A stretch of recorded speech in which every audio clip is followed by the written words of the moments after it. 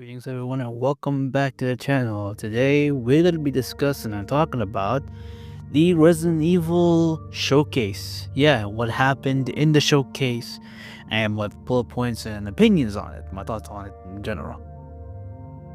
So, what I think about the overall of the showcase, I think it showed a lot of good things about the game. It have showed some gameplay as well, a little bit, but mostly I would say from both characters.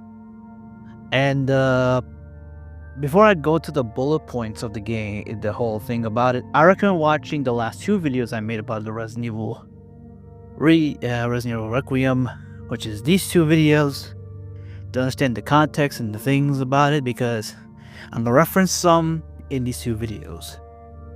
So yeah. So I think the game, to me, it shows good. It shows pretty well. It got pretty short. It got pretty short amount of stuff, which is really good. And I feel like they did a good job of keeping things very minuscule, not a lot. So let's start with the bullet points that this game will basically be in. The first things first is the game itself. And gameplay wise, you have basically Leon's and Grace's sections.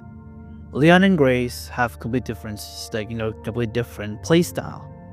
Grace is more of a survival horror, slow-paced horror, while Leon has to take his Resident Evil 4 kind of maneuvers. It's like more like RE4 remake.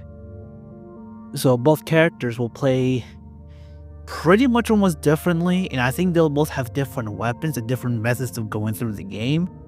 Grace is more about sneaking around and avoiding combat like the classic Resident Evil game, while Leon has the action-oriented, melee crazy, you name it, all that, stuff from RE4 remake.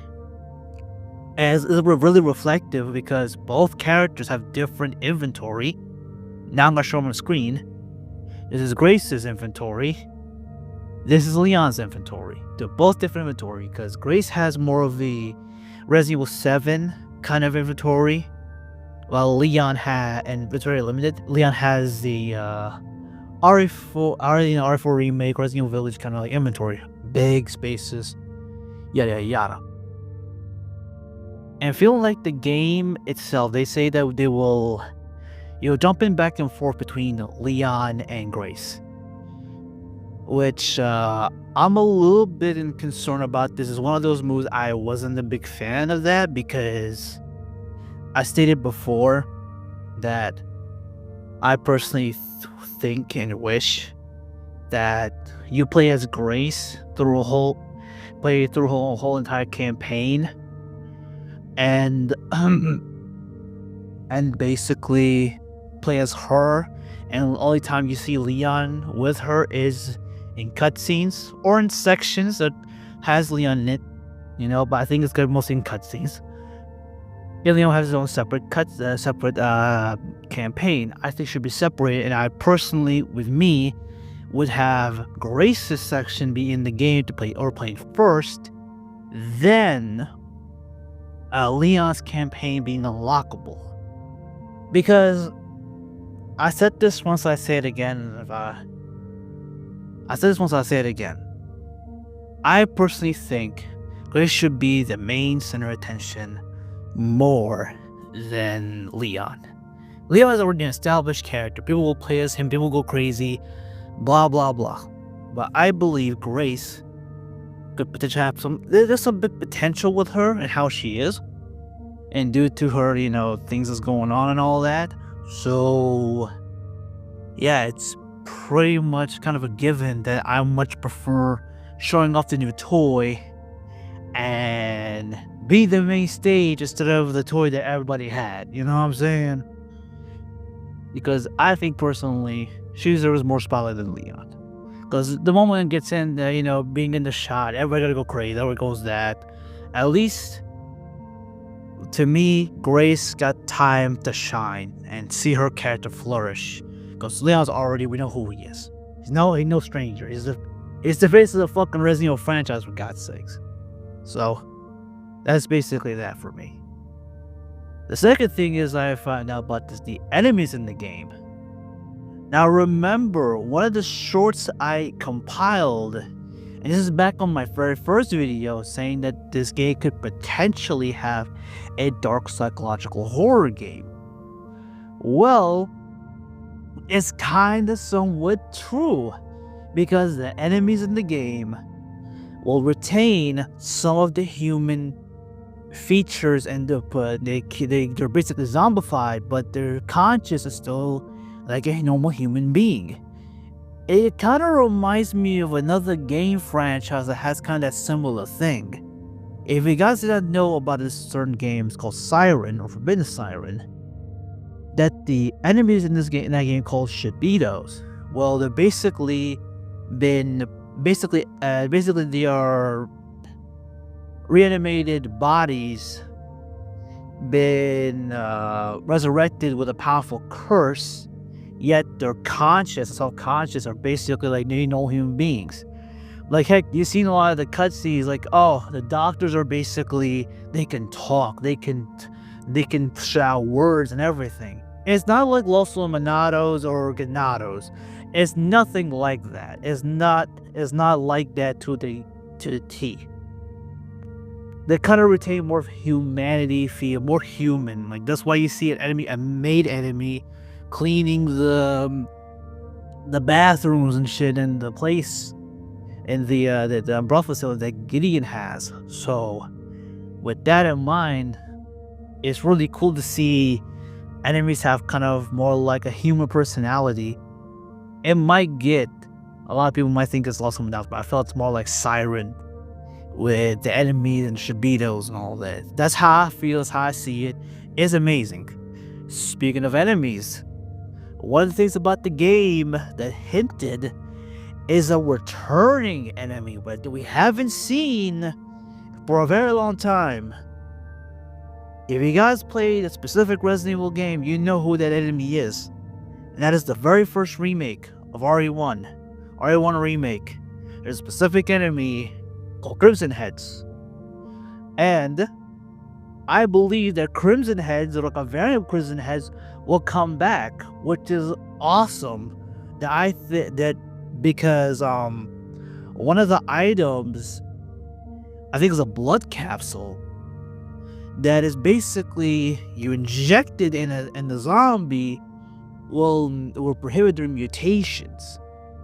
I'm thinking, oh, that's cool. So that meaning it kind of reminds me of the lighter and the fuel to burn the zombie's body so they cannot resurrect as Crimson Heads. Because if you played Resident Evil 1, spoilers, the zombies, when you kill them normally, they'll stay there, and then a certain amount of time they'll turn into Crimson Heads and they'll come and chase you. Basically, Crimson Heads are basically a stronger variant of the regular zombie. They're faster, they bite harder, they scratch you.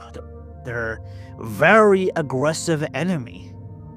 So I feel like that there's a variant of a Crimson Head could be potentially there, which is fucking awesome. I feel like it's something that is missing from other remakes, but I feel with this one, they're gonna bring it back somehow, which is fucking awesome. That's pretty cool. That's really, really cool. I really love it. It's really amazing. To be honest, in terms of the enemies and all of that, I felt like the gameplay will be a lot more fun. Like, it's gonna be fun. And just a little bit of a note, there's a difficulty setting for a standard classic mode and standard modern mode. So what is the difference between both these modes? Are both normal difficulties. The classic mode, it's basically in Grace's sections, you need typewriters. How inspected your classic game, because we haven't seen that since RE2 Remake. RE2 Remake, if you play it on hardcore difficulty, you need increments to save, or cassette tapes in Resident Evil 7. So yeah, it's gonna be have more action focus and all like the modern action Resident Evil titles that people like.